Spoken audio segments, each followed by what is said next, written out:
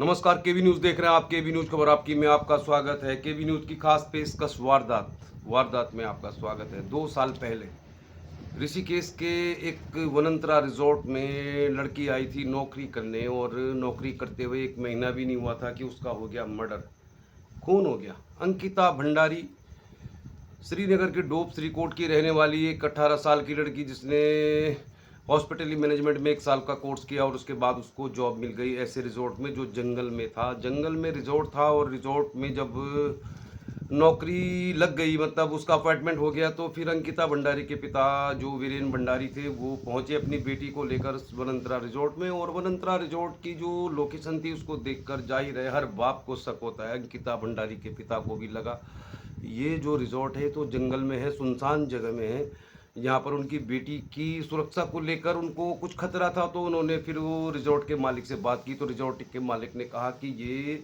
जो रिजॉर्ट है यहाँ पर बहुत सारी लड़कियों की नियुक्ति होने वाली है आने वाले दिनों में। कुल मिला के पुलकित जो रिजॉर्ट का मालिक था उसने अंकिता भंडारी के पिता को इस बात के लिए राजी कर दिया कि ये रिजॉर्ट बिल्कुल सही है, सेफ है, और अंकिता हमारी बहन बेटी की तरह यहाँ पे जॉब करेगी। तो वीरेन भंडारी लौट गए अपने घर, ये सोच कर कि चलिए होटल का जो मालिक है, रिजॉर्ट का जो मालिक है, वो काफ़ी सुलझा हुआ व्यक्ति है। और फिर जो कुछ हुआ उसकी पूरी खबर नेशनल मीडिया में चलने लगी। जब अंकिता भंडारी की गुमशुदगी की बात चली तो फिर ये मामला पूरे उत्तराखंड में आग की तरह फैलने लग गया। अब सबसे बड़ा सवाल यही है कि कैसे मालूम चला कि अंकिता भंडारी गुमशुदा है वनंतरा रिजॉर्ट से। इस पर हम बात करेंगे, पूरी तहकीकात करेंगे, वारदात की पूरी जानकारी आपको देंगे, क्योंकि इसमें आगे है अपडेट।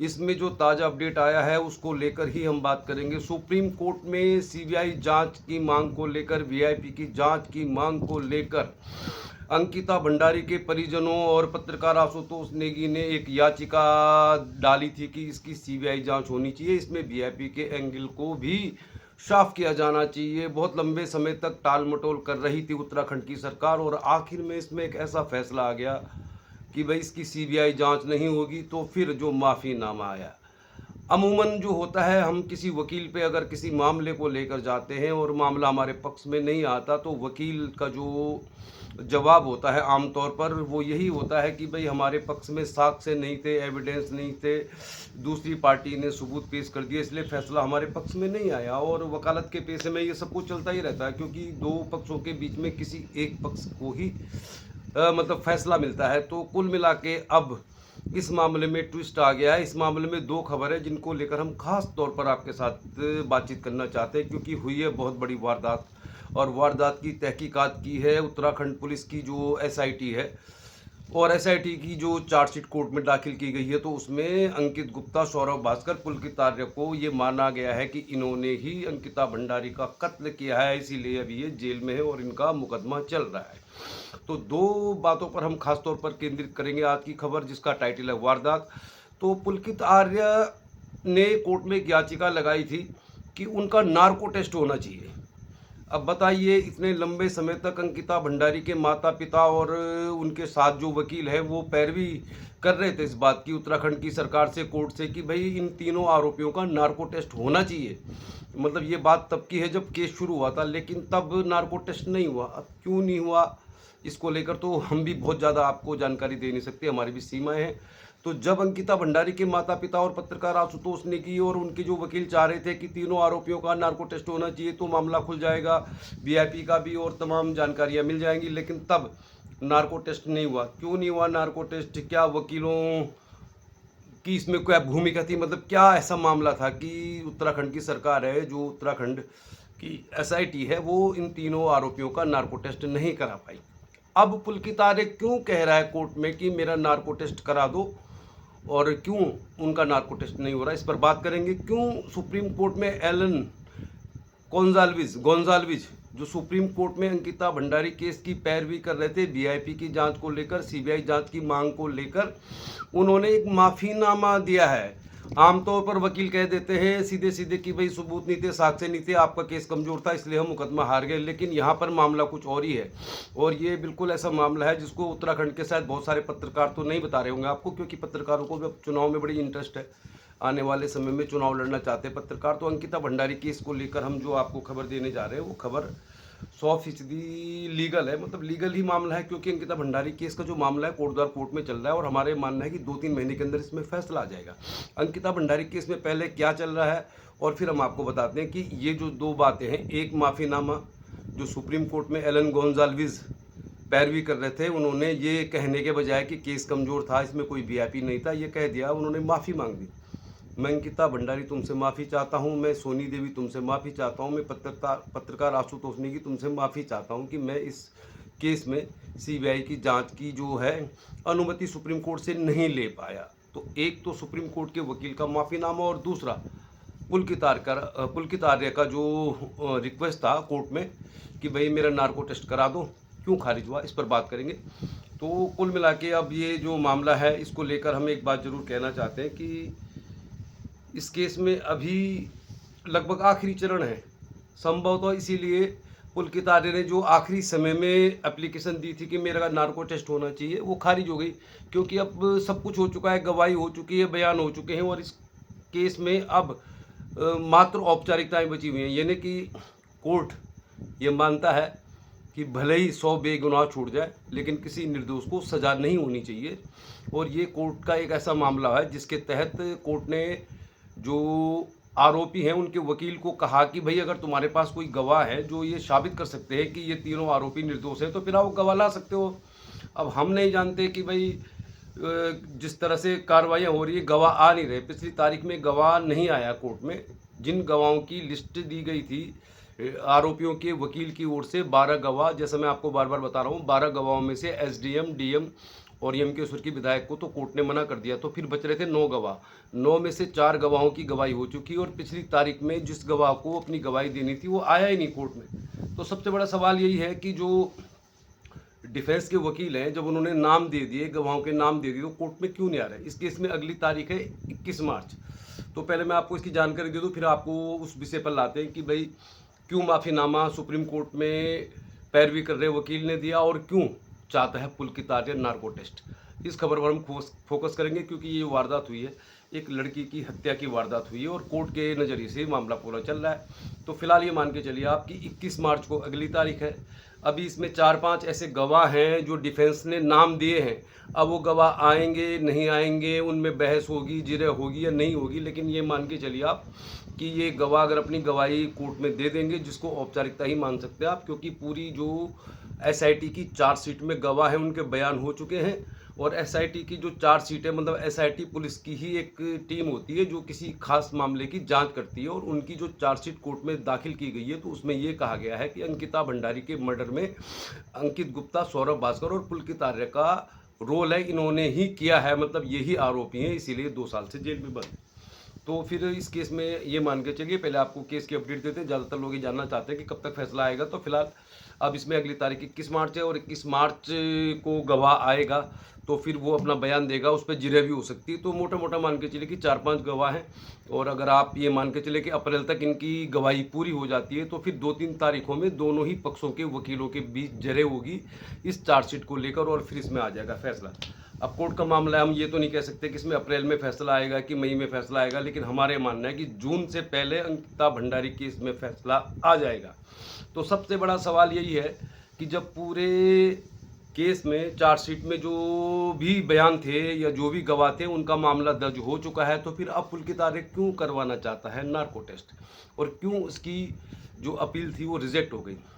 दरअसल मामले में 3 आरोपी हैं। पुलकित आर्य जो वनंतरा रिजॉर्ट के मालिक और पूर्व दर्जाधारी राज्य मंत्री विनोद आर्य के बेटे हैं बीजेपी के, और इसके अलावा सौरभ भास्कर, अंकित गुप्ता, 3 आरोपी हैं। तीनों ही आरोपी इस समय जेल में हैं, अल्मोड़ा, पौड़ी और देहरादून की जेल में तीनों आरोपी हैं। मतलब यानी कि पुलकित आर्य अल्मोड़ा में है और 2 जो आरोपी सौरभ भास्कर और अंकित गुप्ता हैं ये टिहरी और देहरादून की जेल में है। लेकिन मामला फिर ऐसा है कि अंकित गुप्ता क्यों नहीं जमानत करा रहा है। अब तक इस केस में जितनी भी एप्लीकेशन लगी हैं वो पुलकित आर्य ने लगी हैं। पुलकित आर्य ने शुरुआत में बेल एप्लीकेशन दी थी, जमानत याचिका खारिज हुई तो फिर वो डिस्ट्रिक्ट कोर्ट गए, डिस्ट्रिक्ट कोर्ट से हाई कोर्ट गए, हाई कोर्ट से सुप्रीम कोर्ट भी गए, उनकी जमानत जो याचिका थी खारिज हो गई। इसके अलावा उन्होंने कोटद्वार कोर्ट से इस केस को ट्रांसफ़र करने के लिए भी एप्लीकेशन डाली, जो भी खारिज हो गई। और अब वो कह रहे हैं कि मेरा नार्को टेस्ट करा लो। लेकिन सबसे बड़ा सवाल ये है कि उनका नार्को टेस्ट कोर्ट ने क्यों नहीं माना। एक तो मामला इसलिए भी बनता है कि अब फैसला इसमें आने वाला है, तो अब इस आखिरी मौके पर, जबकि एसआईटी की चार्जशीट में जितने भी गवाह थे उनके बयान हो चुके हैं, मामला लगभग आखिरी चरण में है, तो शायद कोर्ट को इसको सीरियसली लेने का कोई वजह नहीं लगी। और फिर सबसे बड़ा सवाल ये है कि जब अंकिता भंडारी के माता पिता और उनके जो वकील हैं वो चाह रहे थे नार्को टेस्ट हो जाए, तो फिर पुलकित आर्य के नार्को टेस्ट की जो याचिका थी खारिज हो गई। अब क्यों खारिज हो गई? क्योंकि अगर नार्को टेस्ट होता तो उसमें पूरा ही मामला खुल जाता। दरअसल पुलकित आर्य ने याचिका तो लगाई थी कि मेरा नार्को टेस्ट करा दीजिए, लेकिन उन्होंने शर्त रखी थी कि मैं 2 ही तरह के सवालों के जवाब दूंगा। अब ये एक तो आरोपी, मतलब एक तो करेला ऊपर से नीम चढ़ा। तो पुलकित आर्य ने जो कोर्ट में नार्को टेस्ट की एप्लीकेशन लगाई थी, तो उसमें उन्होंने अपनी बात कही थी कि मैं 2 तरह की, मतलब मैं निर्दोष हूँ। तो अपने को निर्दोष साबित करने की कोशिश पुलकित आर्य लगातार कर रहा है।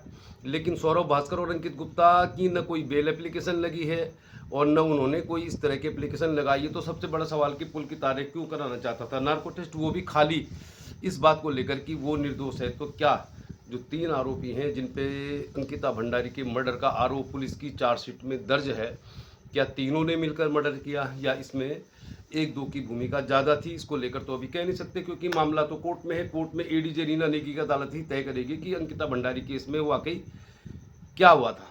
लेकिन सबसे बड़ा सवाल यही है कि नार्को टेस्ट पहले क्यों नहीं हुआ, और अब तो कोर्ट इस नार्को टेस्ट को इसलिए भी नहीं कराना चाहता क्योंकि सब कुछ फाइनल है और लग रहा है कि 1-2 महीने के अंदर इसमें फैसला आ जाएगा। अब बात करते हैं माफ़ीनामे वाली बात की।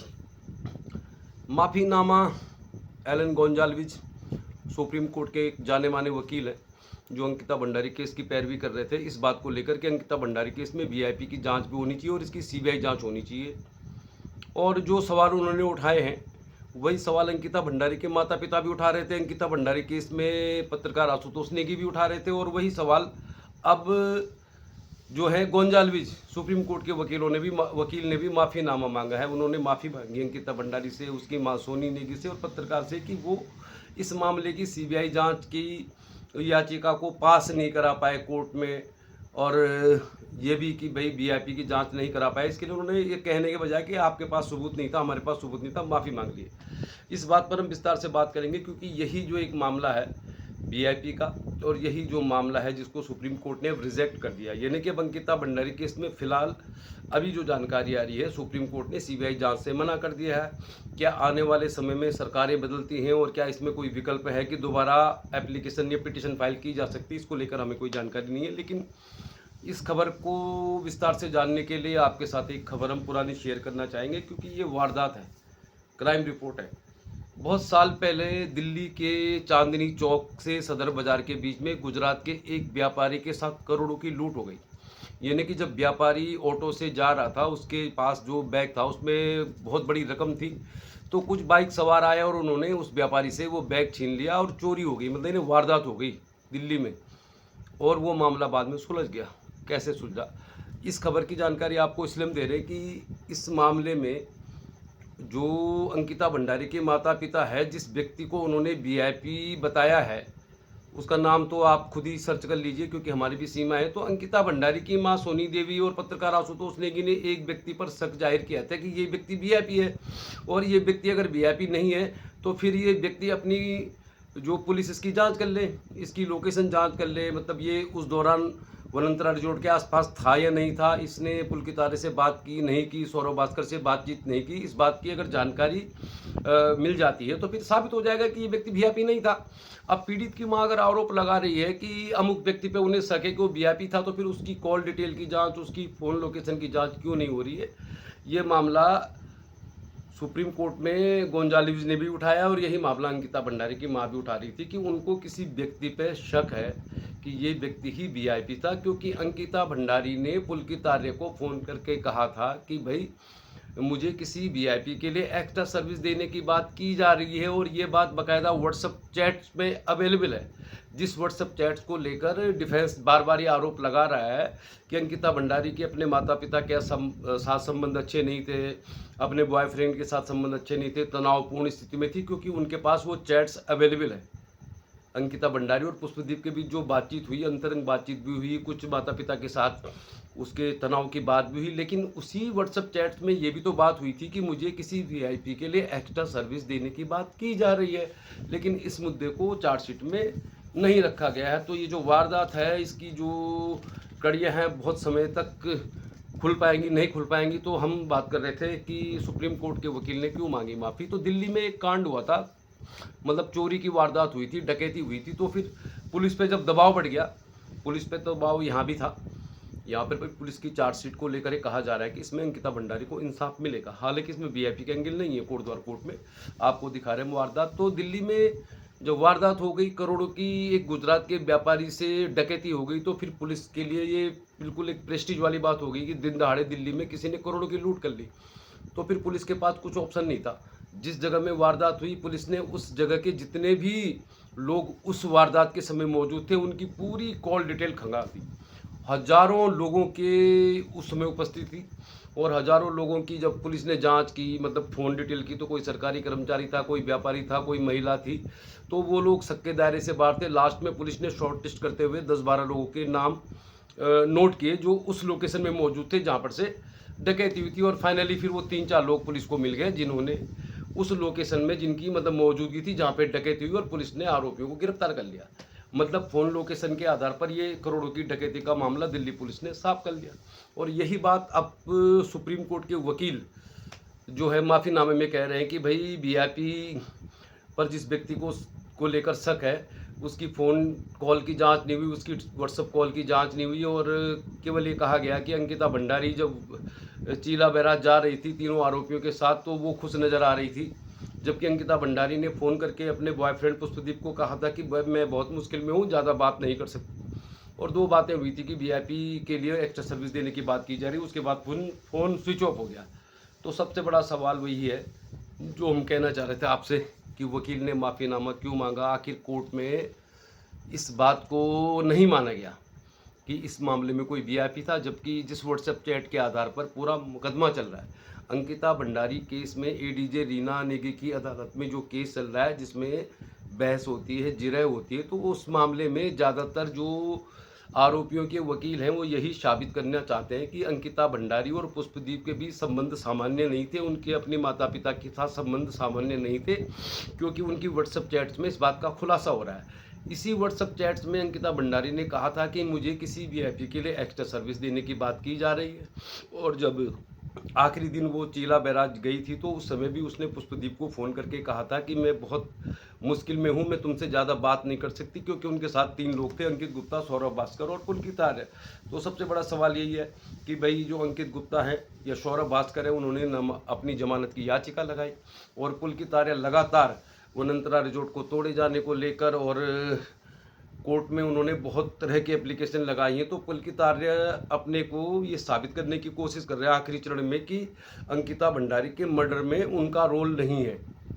लेकिन अब पुलिस की चार्जशीट का मामला कोर्ट में है, 21 मार्च को तारीख है। लेकिन सबसे बड़ा सवाल यही है कि आखिर फिर जिस व्यक्ति को वीआईपी बताया गया था, जो मामला कोर्ट से भी खारिज हो चुका है, तो उसकी अगर व्हाट्सअप डिटेल आ जाती या उसकी फ़ोन लोकेशन ट्रेस कर लेती सरकार या पुलिस, तो फिर ये मामला दूध का दूध पानी का पानी हो जाता। यानी कि मान के चल लेते हम, जिस व्यक्ति को अंकिता भंडारी की माँ सोनी देवी कह रही कि ये व्यक्ति वीआईपी है, अगर उस व्यक्ति की वाकई मौजूदगी नहीं थी वनंतरा रिजॉर्ट में उस दौरान या 1 महीने के दौरान, या उसकी कोई बातचीत हुई नहीं पुलकित आर्य के साथ या इन लोगों के साथ जिन्होंने अंकिता भंडारी का मर्डर किया, जो आरोप मतलब कोर्ट में है, तो फिर सरकार साफ साफ कह सकती थी कि इसमें वीआईपी था ही नहीं। जिस व्यक्ति को वीआईपी बता रही है अंकिता भंडारी की माँ सोनी देवी, उस व्यक्ति की तो वहाँ मौजूदगी नहीं थी, उसने कभी फ़ोन ही नहीं किया वनंतरा रिजॉर्ट में, तो फिर दूध का दूध पानी हो जाता। लेकिन ऐसा हुआ नहीं। फिलहाल चूँकि सुप्रीम कोर्ट में अब सीबीआई जांच की मांग खारिज हो चुकी है, वीआईपी का एंगल भी खत्म हो गया है। पुलकित आर्य ने जिस तरह नार्को टेस्ट कराने की मांग की, तो उसमें उन्होंने कंडीशन रख दी कि मैं मतलब वो अपने आप को ही निर्दोष साबित करना चाह रहे थे, और नार्को टेस्ट में अगर उनसे बहुत सारे सवाल पूछे जाते वीआईपी को लेकर, तो जाहिर है कि वो तो नार्को टेस्ट भी पहले भी जो याचिका लगी थी वो नहीं हुई, तो पुलकित आर्य क्यों नार्को टेस्ट कराना चाह रहा है, ये सवाल का जवाब आपको सोचना है। और क्यों अंकित गुप्ता और सौरभ भास्कर, चूँकि इस मामले में 3 आरोपी हैं, तो फिर वो लोग क्यों अपनी जमानत याचिका नहीं लगा रहे। तो कुल मिला के मामला ऐसा है कि इसकी जो पूरी पड़ताल है कब तक होगी ये तो कह नहीं सकते, लेकिन फिलहाल अंकिता भंडारी केस में ताज़ा अपडेट यही है कि 21 मार्च को इसमें तारीख है। और जिस तरह से कोर्ट का इस याचिका को खारिज करने का मामला बनता है, तो मतलब कोर्ट यानी एडीजे रीना नेगी अब ये चाहती हैं कि पुलिस की जो चार्जशीट है जिस पर पूरी गवाही हो चुकी है, पूरी बयान हो चुके हैं, और इस मामले में अब कहने सुनने के लिए कुछ नहीं है। केवल उन्होंने आखिरी मौका दिया है उन लोगों को, यानी कि जो आरोपी हैं, जिनको ये साबित करना था कि भाई वो आरोपी नहीं है। तो उनके जो 12 गवाह थे उनमें से 3 गवाह डीएम, एसडीएम और यमकेश्वर के विधायक रेणु बिष्ट, इनको हटा दिया गया है। 9 गवाह बचे हुए, 9 में से 4 की गवाही हो चुकी है, 5 की होनी है।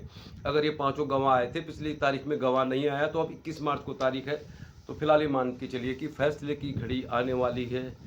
और वनंतरा रिजॉर्ट में हुई जो वारदात है उसमें कौन आरोपी है, कौन दोषी है, क्या होगी सजा, इसको लेकर हम केबी न्यूज़ में लगातार आपको खबर दिखाते रहेंगे। आज संडे है तो आज की खास पेशकश में हम आपको दिखाना चाह रहे थे कि हुई है वारदात, लेकिन कुछ सवाल ऐसे हैं जो अंकिता भंडारी की माँ भी पूछ रही है, उसके पिता भी पूछ रहे हैं, और पत्रकार आशुतोष नेगी और अंकिता भंडारी के लिए जो लोग आवाज़ उठाना चाह रहे हैं वो भी पूछ रहे हैं कि आखिर इस केस में वीआईपी का मामला क्यों सामने नहीं आया। चूँकि पुलिस ने जो चार्जशीट दी है तो उसमें वीआईपी का एंगल नहीं है, मामला कोर्ट में है, तो बहुत ज़्यादा कोर्ट के मामले में हम भी नहीं कह सकते सीमाएँ हमारी, लेकिन ये ज़रूर है कि ये जो केस है इसका असर उत्तराखंड की राजनीति में है। आजकल जो उत्तराखंड में प्रेमचंद अग्रवाल का मुद्दा है, चाहे बहुत सारे मुद्दे हैं, तो सब कड़ियाँ जुड़ रही हैं। मतलब लोगों को ये नाराज़गी सिर्फ प्रेमचंद अग्रवाल के बयान से नहीं है, क्योंकि अंकिता भंडारी केस में जो वीआईपी है वो भी, उसका जो नाम दिया गया है, जो आरोपी हैं वो भी उत्तराखंड के नहीं है। तो ये बहुत बड़ा जो मसला अब उत्तराखंड में इस समय चल रहा है, तो ये मसला दरअसल सिर्फ प्रेमचंद अग्रवाल के बयान या रितु खंडूड़ी भूषण के जो लखपत बुटोला उनको टोकने से लेकर नहीं है, ये बहुत लंबे समय से चल रहा मामला।